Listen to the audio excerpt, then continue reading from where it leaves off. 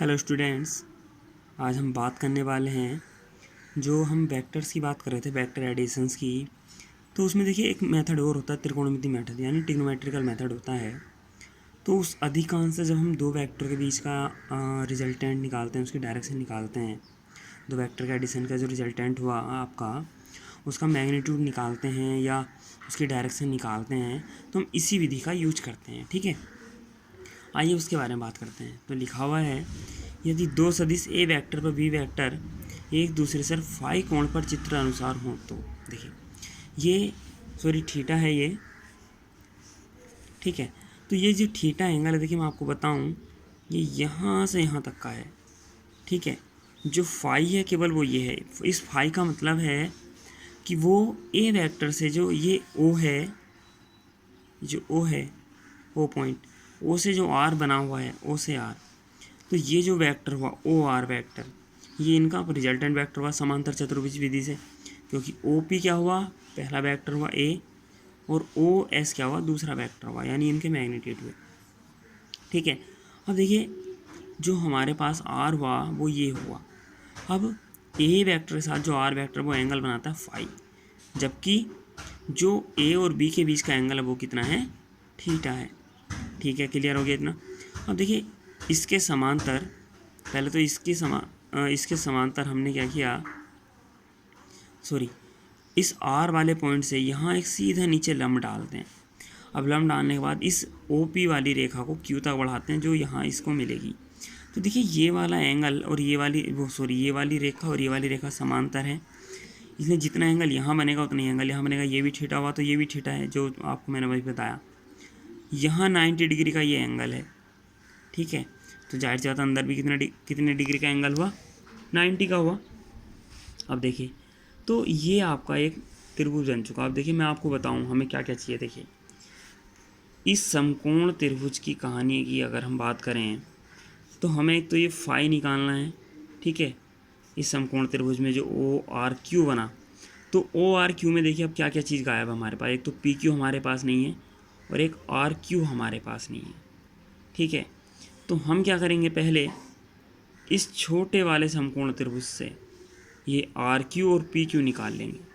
ठीक है, उसके बाद हम पूरे त्रिभुज में क्या लगा लेंगे, पाइथागोरस प्रमेय लगा लेंगे और आपका आंसर निकल के आ जाएगा। ठीक है, तो पी क्यू आर की बात कर लेते हैं पहले, पी क्यू आर की। तो देखिए साइन थीटा लगाएंगे, तो साइन थीटा जब लगाएंगे तो हमारे पास आ जाएगा आर क्यू यानी लंब बटे कर्ण। तो आर क्यू लंब हुआ और पी आर क्या हुआ, कर्ण हुआ। तो ठीक है, अब आर क्यू ऐसे कैसे रहेगा, लेकिन अब देखिए जो पी आर है, ये किसके बराबर है, ये बी के, तो यहाँ क्या आ जाएगा, इसकी जगह बी। ठीक, अब यहाँ से आप आर क्यू का मान निकालिए तो याद आएगा बी की मल्टीप्लाई आप साइन थीटा में कर दीजिए, तो आर क्यू बराबर बी साइन थीटा। अब देखिए हम बात करते हैं आगे, जो हम बात करें तो दूसरी चित्र की। तो जो आपके पास एंगल था जो ट्रायंगल था पी क्यू आर ही, जिसमें भी साइन थीटा आपने लगाया था। देखिए ये इसमें आपने छोटे त्रिभुज में क्या लगा रखा है, आपने लगा रखा है इस पी क्यू आर में साइन थीटा लगाया था। आप उसी में आप क्या करें, आप कोस थीटा लगा लीजिए। ठीक है, तो जब आप कोस थीटा इसमें लगाएंगे तो कोस थीटा लगाने के बाद क्या आ जाएगा आपका, आधार बटे कर्ण। तो आधार कितना है पी क्यू और कर्ण कितना है पी आर। तो सेम बस पी आर की जगह कितना रख देंगे आप, बी, मल्टीप्लाई करेंगे इसमें बी की इधर, तो कितना आ जाएगा बी कोस थीटा। तो किसकी वैल्यू आ जाएगी, ये पी क्यू की वैल्यू आ जाएगी। ठीक है, अब कोस थीटा की आपके पास इसकी वैल्यू आ गई आपको पी क्यू की, मैंने बोला था आपको। देखिए अब यहाँ जो ये ओ क्यू रेखा है ये दो भागों में बटी हुई है, एक तो ओ पी और पी क्यू। तो हम ओ क्यू का मान अगर निकालें तो O P plus P Q करके निकाल सकते हैं। तो हम ये मान आपका निकाल के दिखा रखा है, ओ क्यू बराबर ए प्लस बी कोस थीटा। ठीक, अब देखिए मैंने बोला था अभी, अब जो ये बड़ा वाला ट्राइंगल था ओ आर क्यू वाला, इसमें आप पाइथागोरस प्रमेय लगा लीजिए। तो पाइथागोरस प्रमेय लगाएंगे तो जो आपका ये वाला ऐसे ये वाला जो यहाँ से ओ आर बना हुआ है, ये तो आपका क्या हुआ, आर वन रिजल्टेंट वेक्टर जो है। अब एक आपकी लाइन खींची थी, जो आप क्या कर रहे थे, समकोण त्रिभुज बनाया था नीचे को यहाँ, तो ये वाला ए आर क्यू जो खींची हुई है, एक तो ये रेखा, इसकी हम मान निकाल चुके हैं, ओ क्यू रेखा इसका भी मान निकाल चुके हैं। तो ओ आर स्क्वायर बराबर O Q square plus R Q square, ये आपकी वैल्यू आ जाएगी। तो देखिए ये लिखा हुआ है। आर स्क्वायर बराबर R Q square plus O Q square. R Q का मान आपको पता है, ये बी साइन थीटा निकाला था अभी, ओ क्यू का मान अभी ऊपर निकाला था बी को ए प्लस बी कोस थीटा, और इसका क्या कर लेंगे होल स्क्वायर। ठीक है, अब देखिए इसका होल स्क्वायर खोल लेते हैं, तो a square plus b square cos square theta plus 2ab cos theta, यानी इन दोनों का गुणनफल और उसका दुगुना, पहले वाले का वर्ग और दूसरे वाले का वर्ग। ये वाला वर्ग करके आप ऐसे लिख सकते हैं। अब देखिए ए स्क्वायर ऐसे ही आ जाएगा, ये लिखा हुआ है। इस वाले टर्म में और इस वाले टर्म में बी स्क्वायर कॉमन, तो बी स्क्वायर आप कॉमन निकाल लीजिए, तो sine square theta plus cos square theta आपका बच जाएगा। इसकी वैल्यू होती है, अगर ट्रिग्नोमेट्री से आप बात करें तो 1। ठीक है, तो 2ab कोस थीटा ऐसे कैसे ही रह जाएगा। अब इसका मान 1 रखने के बाद क्या प्राप्त हुआ आपको, b square plus a square plus 2ab cos theta. ठीक है, तो अब यहाँ देखिए यहाँ आर स्क्वायर चल रहा है, तो आप इसको क्या कर देंगे, इधर अंडर रूट लगा देंगे, तो a square plus b square plus 2ab cos theta.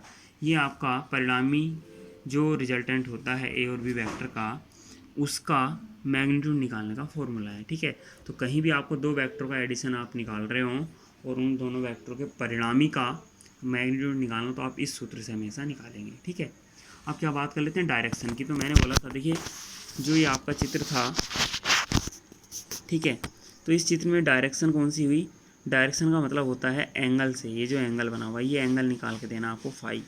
तो आपके पास आधार की वैल्यू है और किसकी वैल्यू है, लम की वैल्यू है, तो आप क्या लगा सकते हैं, डायरेक्टली tan लगा सकते हैं। तो tan phi is equal to Q R upon O Q, आप वैल्यू रख लीजिए इसकी, तो कितना आ जाएगा देखिए, बी ओ आर की जगह कितना आ जाएगा, बी साइन थीटा, ठीक है, और ओ क्यू की जगह ए बी कोस थीटा। तो ये आपका क्या था, त्रिकोणमिति विधि है आपकी। किस चीज़ के लिए है ये किस चीज़ के लिए यूज होती है, ये यूज होती है जब आप दो वेक्टर का एडिशन निकाल रहे हैं, तो उनके रिजल्टेंट का मैग्नीट्यूड और डायरेक्शन निकालने का इसका काफ़ी ज़्यादा यूज है, इसलिए आप इसको हमेशा ध्यान रखेगा। थैंक यू फॉर वॉचिंग, और लाइक और सब्सक्राइब शेयर करना ना भूलें।